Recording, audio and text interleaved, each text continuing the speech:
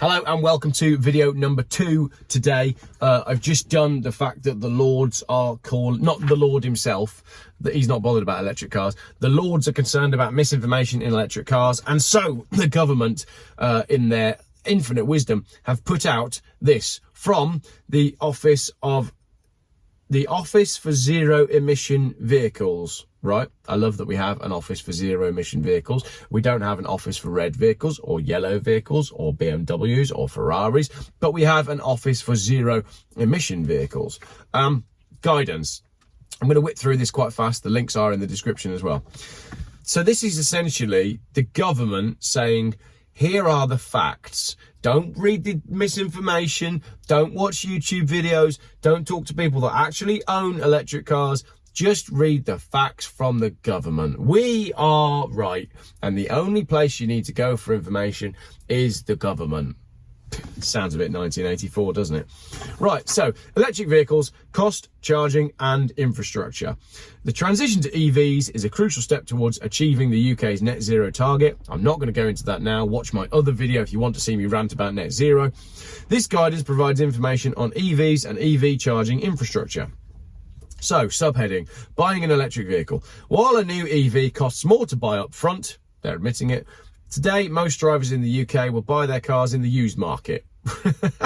Industry intelligence suggests that some EVs on the used market are now similar price to their petrol and diesel equivalents. The number of used EV purchases have grown by over 50% when comparing the first quarter of 2022 to 2023.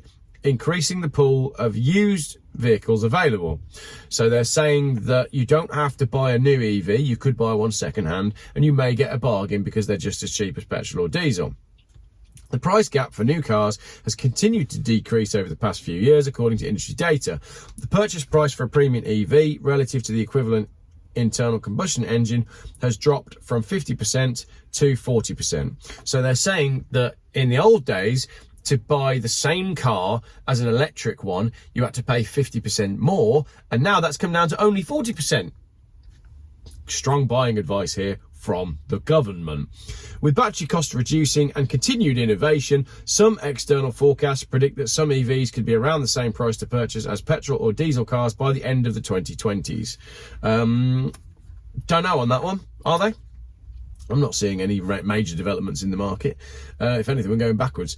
Many workplaces provide salary sacrifice schemes which can reduce the cost of purchasing an EV. To support this, company car tax is favourable for EVs at only 2%. The government has confirmed that company car tax for EVs will increase 1% each year from 2025 to a total of 5% in 2028. By contrast, the most polluting cars will pay 37% company car tax in 2028. EVs are also exempt from vehicle excise duty, road tax, until 2025 and will continue to receive favourable first-year rates after this.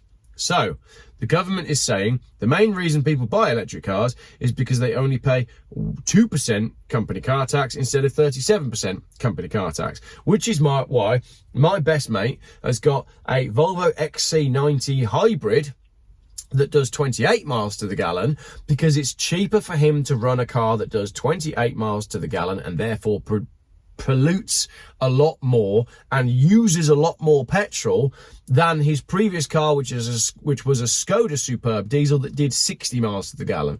This is maths, ladies and gentlemen. I am trying to get my way through the misinformation and give you only the facts from the government. It's better for the environment and cheaper for your pocket to drive a car that uses twice the amount of fuel. Welcome to 2024. In many cases, an EV is cheaper to run than a petrol or diesel car, with lower maintenance and repair costs. A recently published independent research suggests an average saving of £700 a year. I'll note that they haven't linked that in there because they know that I will tear it to shreds. I'm not going to talk about replacing batteries because that's horrendously expensive, and eating tyres because those are expensive as well. It's predicted that someone buying a new EV next year will recoup the additional upfront costs within 5 years due to the lower running costs. Right, but they paid 40% more even by your own admission. Owning an electric vehicle, new subheading. Industry research shows that the vast majority of EV drivers are happy with their experience. 85%, so 15% hate the damn things, and would recommend an EV to family or friends, 83%. So 2% of people who are really happy with their EVs wouldn't actually recommend one to family or friends. ZapMap's annual survey of EV drivers also indicates less than 3% would want to switch back to petrol or diesel vehicle. I don't believe that from talking to people. Right, battery range. 99% of car journeys in England are under 100 miles. Most could be made by an EV without needing to recharge. Okay, there's a lot of stuff that they're ignoring with that statement. According to the Society of Motor Manufacturers and Traders, the average electric range for new EVs launched in 2023 was nearly 300 miles. Claimed range. Claimed. That's important for my next video that's coming up later today. Compared with 210 miles in 2020. Some on the market have a quoted range of over 300 miles, which is enough to travel from Exeter to Leeds. There are now more than 30 models available with 200 mile plus range. With battery costs falling around 80% over the past 10 years and further decreases expected, the government, damn government, you know the film, it's not Blood Diamond, is it? It's Lord of War. Or is it Blood Diamond? Them government troops. Then government troop. The government expects to see increasing numbers of EVs with higher ranges, notwithstanding that a lot of those will be made in China. Recent data from the Automobile Association indicated only 2.3% of EV call-outs received to the end of October 2023 were due to batteries having limited or no charge. So they're basically saying that don't worry about the range. There's loads of cars available with loads of range, and the AA say they don't go to many people who have run out of range. Then they go into charging costs and say that the EV will benefit from significant savings on the cost of fuel. It might do if you can charge at home and if you can charge at your office. But if you're a real person who lives in a house that is, say, rented, it ain't going to work for you. Charging at home and away. Most EV drivers charge at home overnight. The Department for Transport's survey of electric or plug-in hybrid vehicle drivers found that almost all of them had access to home charging. Yeah, but like I mentioned, my mate with his hybrid Volvo, he never plugs it in at home. So on these government statistics, he's gone down as, oh, this is great. We've got one more person in a hybrid, one more person plugging in at home. There's so many company cars, hybrid company cars, being returned to the leasing company after 3 years, and the charging cable is still wrapped in the original plastic that it left the factory with. It's never been taken out of its packet. In 2022, the government introduced regulations requiring the installation of charging infrastructure. So now they have to have chargers at new homes and non-residential buildings and buildings undergoing major renovations. That's going to bring in another 145,000 charge points. And then it basically goes on and says, don't worry, there's loads of charging points. Again, you know, batting back the misinformation of all the people that have been saying that there aren't enough charging points, like Lee, the Macmaster, who actually owns an electric car. Charging time. The majority of EV charging is done on low power charge points or near home overnight while you sleep or are at work. If you're charging your car at work, someone's paying for that, and that means there's a knock-on effect for the cost of the services that company is offering, isn't there? Which does not add any time onto your day. Thank you, government, for confirming that whilst I'm sleeping, I'm not adding any time on my day. Well, it does, actually, doesn't it? Because it doesn't stop time. Time doesn't stop when you're sleeping. It's just that you're sleeping. The inevitable march of time is something that cannot be stopped, government or not.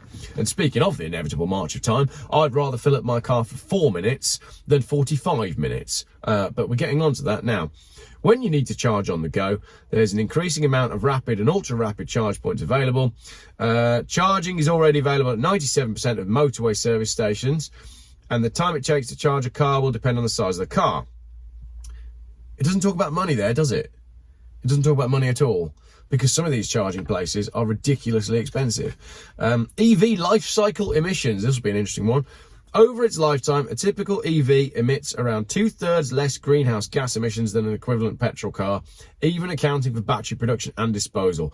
Over time, these emissions will reduce due to the government's clearly stated ambition to decarbonise the power sector by 2035. By 2050, it's estimated that an EV will produce 80% less emissions than an equivalent petrol vehicle. There are so many different studies on where the break-even point is for the harm that is done to the environment by EVs versus ICE, and I'm not convinced either which way. I still think it's better for the environment to keep your old car on the road, because the most environmentally friendly car is one that doesn't have to get built in the first place. Replacing and recycling EV batteries. There's 26 million EVs on the roads. There's no evidence to suggest that their lifespans are any different from petrol or diesel vehicles. Bollocks. That is absolute bollocks. Do you know how I know? Go on Auto Trader and see how many old EVs you can find. Because you can find Nissan Leafs on there that have only got 30 miles battery range or 50 miles battery range. So they just do not last as long. New regulations mandate that EV battery warranties of 8 years, then the government is stepping in, GOVMENT is stepping in to make sure that new EV batteries have warranties of 8 years or 100,000 miles. But petrol and diesel cars have got more than that, haven't they? I don't know. I wouldn't buy a new car, regardless of who was making it. They're all rubbish. This is far longer than standard new petrol diesel cars with warranties of around 3 years. That's rubbish. Kia have been offering a 7-year warranty for as long as I can remember. I even copied their 7-year warranty sticker when I came up with the Geoff Buys Cars warranty sticker, which I'll put here. The government's committed to £500 to the Faraday Battery Challenge to support the research. So basically taxpayer money is being spent on this folly for the rich. Yada yada, supply of EV batteries, EV safety. EVs are significantly quieter than petrol and diesel vehicles, reducing noise pollution and providing an improved environment for drivers. Nobody mentioned EMF. However, the government is committed to ensuring future transport is safe. Multiple safety systems are designed into EVs to protect passengers, such as the fact that you might have an electronic button to open your door, and if it does go up in smoke, you won't be able to open it. It has happened in many places. I've even been sent, I didn't do a video on it because it was just such a horrible story, but I was sent a story from someone whose friend is a firefighter who had a pretty harrowing experience with an EV that had gone off the road and caught fire, and they couldn't get the driver out because the doors wouldn't open. But the government says they're safe. And you get one more dead body instead of aeroplane way full with grenade launchers. Using a trailer or caravan with an EV, I'm not even going to bother reading that section because you just watch the YouTube videos on it. It's just logic, isn't it? If you attach more weight to the back of a car, that car is going to consume more. Electricity demand. Estimates suggest that electrifying the vehicle fleet could result in road transport making 15 to 20%. They don't want to replace every single car with an electric car. It's blatantly obvious that that is not the plan. They just want to get you out of your vehicle. The weight of EVs. While EVs tend to be heavier than equivalent petrol or diesel vehicles, on average, passenger cars have been increasing in weight for many years. So basically they're saying everyone's getting fat, so it's okay. But it's not.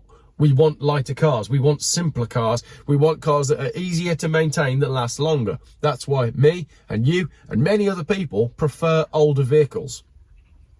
HGVs are the key consideration in the design and engineering of infrastructure rather than cars or vans, which are light. Yeah, electric HGVs are going to be a disaster, an environmental disaster, an absolute environmental dead end. Electric HGVs. If you're a HGV driver, tell me in the comments. Do you want an electric one? Hydrogen versus battery. The government is technology neutral, apart from being incredibly racist against internal combustion engines.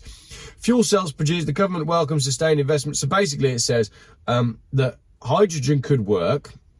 Synthetic fuel based on carbon dioxide is of interest in transport.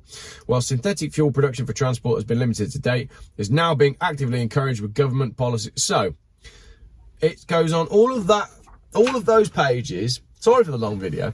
We've got all of those pages that say electric vehicles are fantastic and here is the truth. And then it concludes by saying actually alternate fuels and hydrogen could also be an option. So why would anyone go and invest all of their money in an electrical car that might become defunct in the coming years? Well, the old people are turning up now to go for a walk. None of them are driving electric cars, actually. What have we got? We've got a Fiesta, a Seat, something beginning with A, another Fiesta, a Skoda Yeti, and another Fiesta. So old people's just like Fiestas. Why on earth would Ford axe the Fiesta? It makes no sense. So there we have it. That is the government clamping down on misinformation around EVs. So for my afternoon video, I'm going to be documenting the work done by the Norwegian magazine that took a multitude of electric cars to test their actual range against the claimed range, because that is not misinformation. It is simply facts. Quite why the government feels the need to get involved, I have no idea. I simply cannot be persuaded that it is not part of some nefarious agenda just to stop us from going places. Let me know your thoughts in the comments. Thank you very much for watching, and if I just talk for a little bit longer, I can make this video bang on 15 minutes. But that's, you can ignore that bit, Geoff, because you've already said that you're going to do some editing. So maybe it won't be bang on 15 minutes, but maybe it will. Maybe we will never know. Instead of aeroplane, way forward grenade launchers.